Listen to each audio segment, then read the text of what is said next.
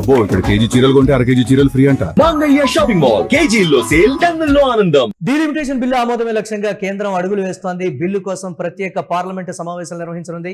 August 16, 17, 18 తేదీల్లో ప్రత్యేక session నిర్వహించనుంది. Delimitation బిల్లుపై ప్రత్యేకంగా పార్లమెంటు చర్చించనుంది. బిల్లు ఆమోదం కోసం 2/3 వంతు మెజారిటీ సాధించేందుకు వ్యూహం రచిస్తున్నట్లుగా తెలుస్తోంది. ఆగస్టు 13న పార్లమెంటు వర్షాకాల సమావేశాలు ముగియనున్నటువంటి నేపథ్యం ఉంది. వర్షాకాల సమావేశాల ముగింపు తర్వాత పార్లమెంటును ప్రోరోగ్ చేయకుండా ఉంచేటువంటి ఛాన్స్ అయితే ఉంది. ప్రత్యేక సమావేశాల నిర్వహణపై త్వరలోనే అధికారిక ప్రకటన వెలువడేటువంటి అవకాశం కూడా ఉంది. దేశవ్యాప్తంగా డీలిమిటేషన్ అంశం అనేది హాట్ టాపిక్ గా మారింది.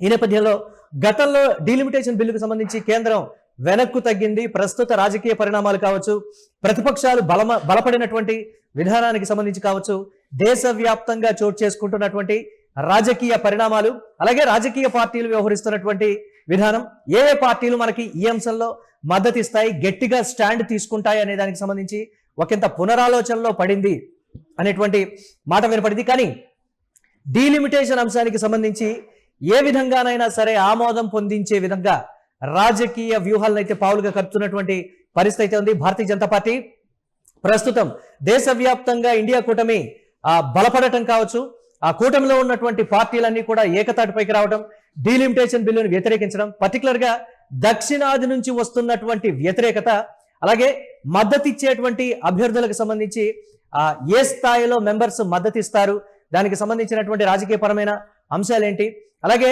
మహారాష్ట్రలో చోటు చేసుకున్నటువంటి పరిణామాలు, తృణమూల్ కాంగ్రెస్ లో పశ్చిమ బెంగాల్లో చోటు చేసుకున్నటువంటి పరిణామాలన్నీ కూడా భారతీయ జనతా పార్టీకి కలిసి వస్తాయనేటువంటి ఒక ఆలోచనతో అయితే ఉన్నాయి. కానీ పరిస్థితులు మాత్రం దేశవ్యాప్తంగా ఎదురుగాలి వీస్తున్నటువంటి సమయంలో ఏ విధంగానైనా సరే డీలిమిటేషన్ బిల్లుని గట్టెక్కించాలనేటువంటి కృతనిశ్చయంతో మొండిగా వెళ్తోంది భారతీయ జనతా పార్టీ అని కూడా చెప్తున్నారు. చూడాలి ఏ విధంగా ఉండబోతుంది అనేది. దీనిపై మరిన్ని అప్డేట్స్ మా కరెస్పాండెంట్ కిరణ్ అందిస్తారు. కిరణ్, ప్రత్యేక పార్లమెంటు సమావేశాలు నిర్వహించైనా సరే డీలిమిటేషన్ అంశానికి సంబంధించి ఆమోదం పొందే విధంగా చేయడానికి రాజకీయ పరమైనటువంటి వ్యూహాల్లో భారతీయ జనతా పార్టీ నిమగ్నమై ఉంది. ఒక మొండిగా వెళుతోంది అనేటువంటి మాట చెప్తున్నారు. బీజేపీలో ఒక వర్గం కూడా ఇప్పుడిప్పుడే ఈ అంశానికి సంబంధించి తెర మీదకు తీసుకురావడం అంత మంచిది కాదని చెప్పినప్పటికీ కూడా మొండిగా వెళ్తున్నటువంటి పరిస్థితి. మరి భారతీయ జనతా పార్టీ రాజకీయ వ్యూహాన్ని పన్నైనా సరే ఏదో విధంగా ఈ బిల్లును ఆమోదింపజేసుకుంటుంది అని చెప్తున్నారు. కానీ వాస్తవంగా గ్రౌండ్ రియాలిటీ అయితే అలా లేదని కూడా పేర్కొంటున్నటువంటి పరిస్థితి. ఎలా చూడాలంటారు ఇది? మురళి, 2029 పార్లమెంట్ ఎన్నికలే లక్ష్యంగా బీజేపీ వ్యూహాత్మక అడుగులు వేస్తుంది. అయితే ఆ అడుగులు ముందుకు పడతాయా వెనక్కి పడతాయా అనే దానికి మరికొంత సమయం పట్టే అవకాశం ఉంది. అయితే ఈ పార్లమెంట్ సమావేశంలో, గత పార్లమెంట్ సమావేశాల్లో డీలిమిటేషన్ బిల్లును ఇండియా కూటమికి సంబంధించిన పార్టీలు తిప్పికొట్టాయి. గతంలో 2/3 మెజార్టీ సాధించడంలో బీజేపీ కేంద్ర ప్రభుత్వం తీవ్రంగా విఫలమైంది. అయితే విఫలమైన తర్వాత కూడా బీజేపీ వ్యూహాత్మకంగా వెస్ట్ బెంగాల్ ఎన్నికలు, ఇటు తమిళనాడు ఎన్నికలు, దాదాపు 5 రాష్ట్రాల ఎన్నికలు ముగిసిన తర్వాత ఆ పార్టీలలో ఉన్న అటు టీఎంసీ చీలిపోవడం, టీఎంసీలో ఉన్న మెజార్టీ ఎంపీలు బీజేపీకి మద్దతు ప్రకటించడం, మరోపక్క మహారాష్ట్రలో శరద్ పవార్ అటు ఉద్ధవ్ ఠాక్రేకి సంబంధించిన ఎంపీలు కూడా బీజేపీకి మద్దతు ఇస్తారంటూ జోరుగా ప్రచారం జరిగింది. గతంలోని సుప్రియాసులే 50% డీలిమిటేషన్, 50% సీట్ల పెంపుతో డీలిమిటేషన్ బిల్లు పెంపుకు తమకు ఆమోదం అంటూ చేసిన ప్రకటన కూడా ఒక రాజకీయ వర్గాల్లో తెచ్చింది. అయితే గత పార్లమెంట్ సమావేశాల్లో దెబ్బతిన్న బీజేపీ మరోసారి డీలిమిటేషన్ బిల్లు ప్రవేశపెట్టడానికి ఈ పార్లమెంట్ సెషన్ లో ప్రయత్నాలు చేసింది. అయితే దేశవ్యాప్తంగా కాక్రోచ్ ఉద్యమం, దేశవ్యాప్తంగా మారిన రాజకీయ పరిణామాలు, మరోపక్క 3 రాష్ట్రాల ఉప ఎన్నికల్లో బీజేపీకి సాగు దెబ్బపడ్డం, వీటిని అన్నింటినీ పరిగణలోకి తీసుకున్న బీజేపీ వ్యూహాత్మకంగా ఈ పార్లమెంట్ సమావేశాల్లో డీలిమిటేషన్ బిల్లుకి వెనక్కి తగ్గింది. గతంలో 2/3 మెజార్టీ సాధించడంలో తీవ్రంగా విఫలమైంది. మరోసారి పార్లమెంట్ మెట్లెక్కించడానికి డీలిమిటేషన్ బిల్లు ప్రయత్నాలు కొనసాగింది, చివరికి విఫలమైంది. అయితే రాబోయే ప్రత్యేక పార్లమెంట్ సమావేశంలో డీలిమిటేషన్ బిల్లును ఆమోదించడానికి బీజేపీ ప్రయత్నాలు చేస్తుంది. అందుకు తగ్గట్టు పార్లమెంట్ ని ప్రొరోగ్ చేయకోకుండా ఈ సమావేశాలు ముగించే అవకాశాలు స్పష్టంగా కనపడుతున్నాయి.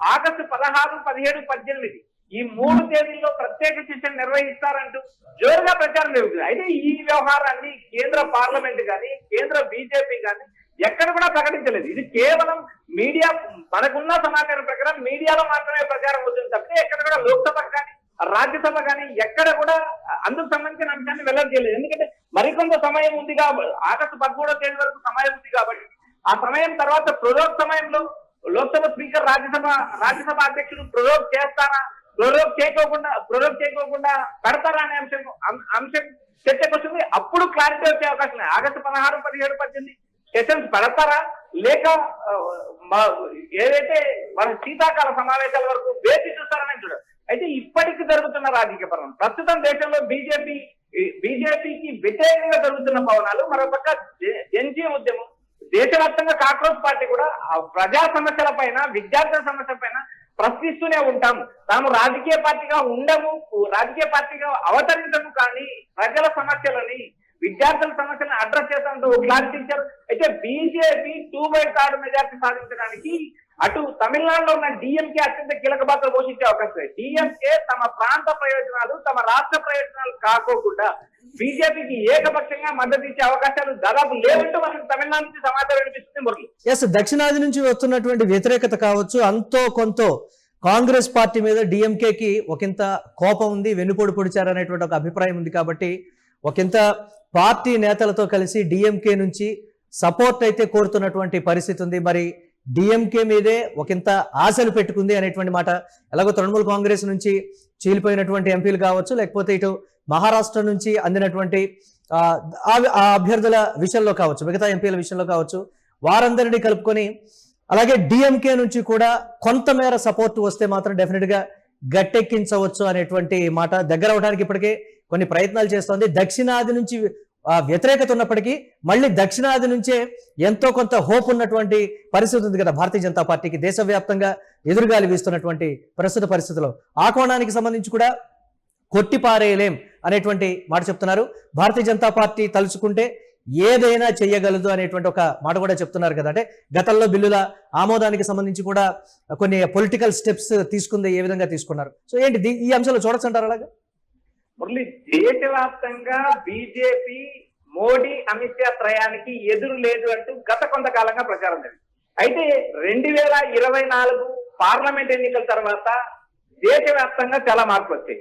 ప్రతిపక్ష కాంగ్రెస్ బలమైన స్థానానికి రావడం, ఇండియా కూటమిని ఏర్పరచడం, దాదాపు గత పార్లమెంట్ ఎన్నికల్లో కూడా అతి స్వల్ప ఎన్డీఏ కూటమి స్వల్ప మెజార్టీతో బయటపడడం, ప్రాంతీయ పార్టీల మద్దతు కూటమి ఏర్పడి అధికారంలోకి వచ్చిన పరిస్థితి. అయితే ఉత్తర భారతదేశంలో ఇప్పటికే బీజేపీకి ఎదురుగాలి వేస్తుంది.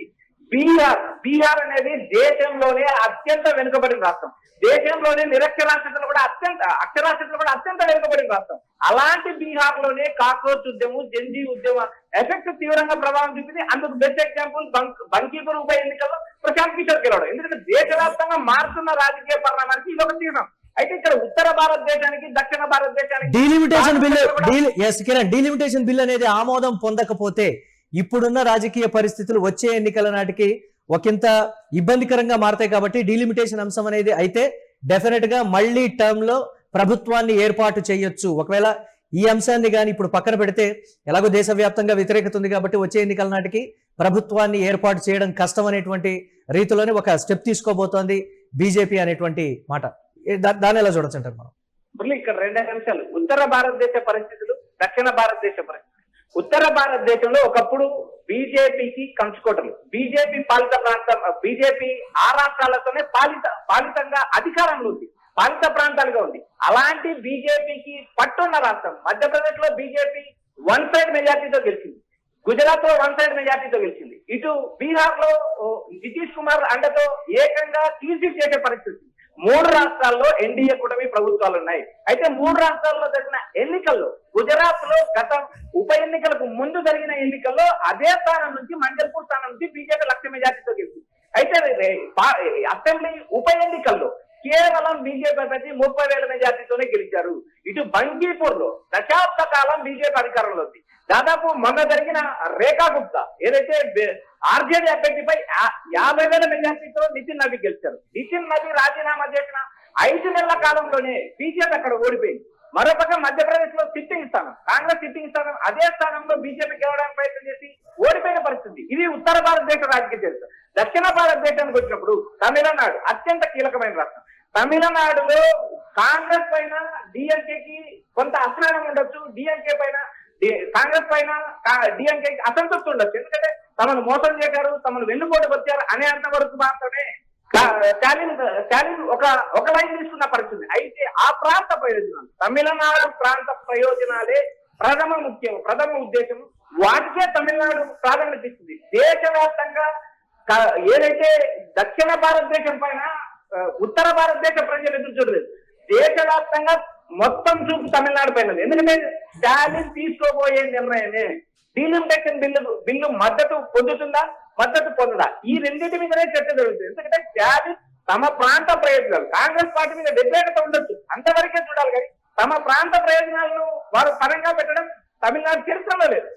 ఇలాంటి నేపథ్యంలో ప్రత్యేక సెషన్స్ జరిగిన ఆగస్టు 17 ఒకవేళ కేంద్ర ప్రభుత్వం ఊహించినట్టే ఆగస్టు 16, 17, 18 ప్రత్యేక సెషన్స్ నిర్వహించిన డీలిమిటేషన్ బిల్లు ఆమోదం పొందడం ఆశామాతి కాదంటూ దేశవ్యాప్తంగా రాజకీయ విశ్లేషకులు అభిప్రాయపడుతున్నారు.